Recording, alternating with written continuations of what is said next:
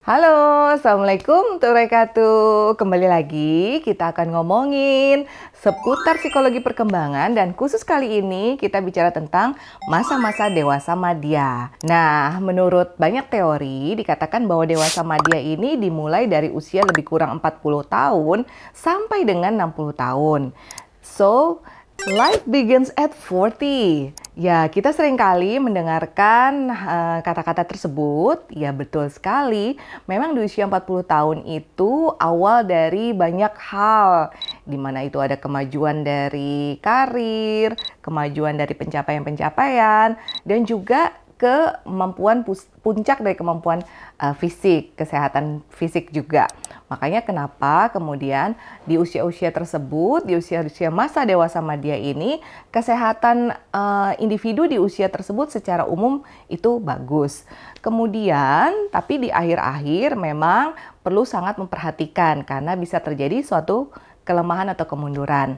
Penampilan fisik sendiri mulai menurun, namun secara kognitif mulai banyak sekali perspektif baru yang dimiliki oleh orang-orang di masa madya ini. Mengevaluasi kembali tujuan personal mereka itu bisa terjadi pada individu-individu di masa dewasa madya. Dan mereka juga bisa sekali terjadi perubahan-perubahan perilaku. Dan di sini juga mereka mengembangkan relasi yang dewasa dengan anak-anaknya, serta memasuki masa persiapan menjadi kakek-kakek dan nenek-nenek. Di masa perkembangan fisik masa dewasa madya ini secara umum mencapai ke puncak, tapi kemudian fungsi fisik juga di ujung-ujung usia mulai terjadi penurunan. Ada perubahan pada otot dan tulangnya. Biasa itu kalau terjadi osteoporosis, wanita lebih banyak terjadi dibandingkan pria. Kemudian ada osteoartritis, rheumatoid arthritis, itu juga adalah masalah-masalah yang kerap terjadi pada dewasa madya. Perubahan penampilan terjadi, misalnya uban itu sudah mulai banyak, kemudian kerutan-kerutan di wajah, penambahan berat badan, meskipun makannya cuma sedikit.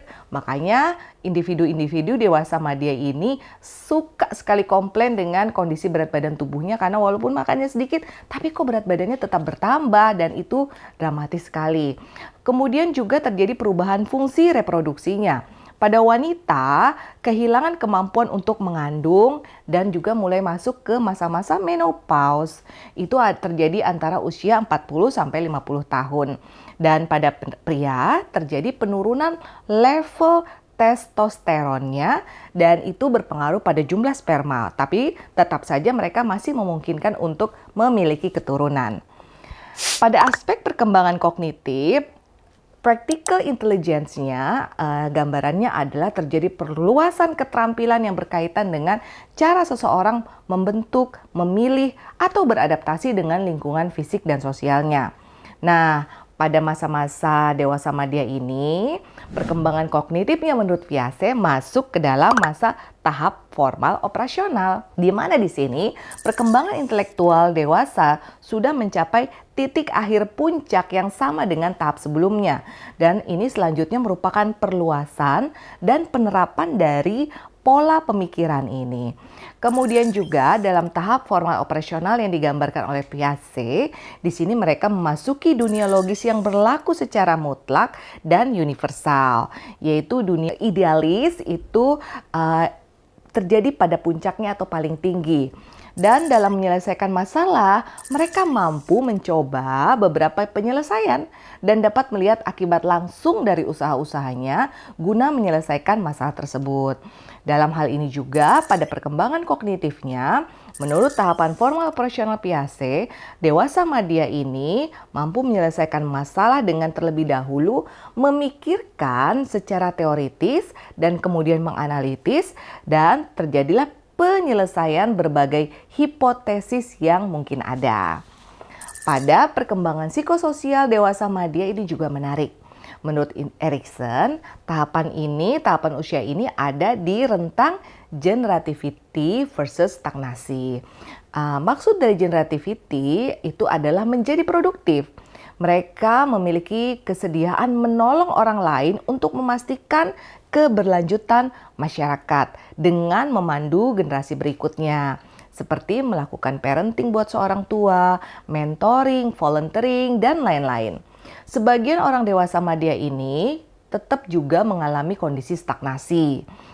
Mereka tidak mampu menghadapi kebutuhan anak-anak mereka, ataupun juga mereka tidak mampu memberikan mentoring terhadap orang yang lebih muda. Nah, akibatnya mereka bisa sekali menjadi bosan, self-indulgent, dan tidak mampu untuk berkontribusi terhadap keberlanjutan masyarakat. Makanya itu ada di rentang stagnasi. Di dalam usia-usia dewasa madya ini bisa sekali terjadi midlife crisis.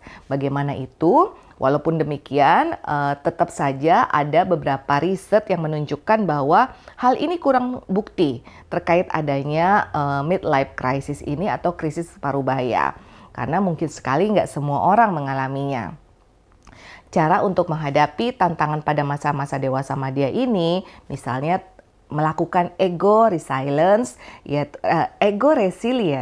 yaitu modalitas kepribadian yang kuat sehingga mereka mampu mengatasi perubahan yang terjadi pada diri mereka di masa-masa dewasa madya ini. Sesungguhnya terdapat tugas perkembangan buat individu yang berada di usia-usia dewasa madya.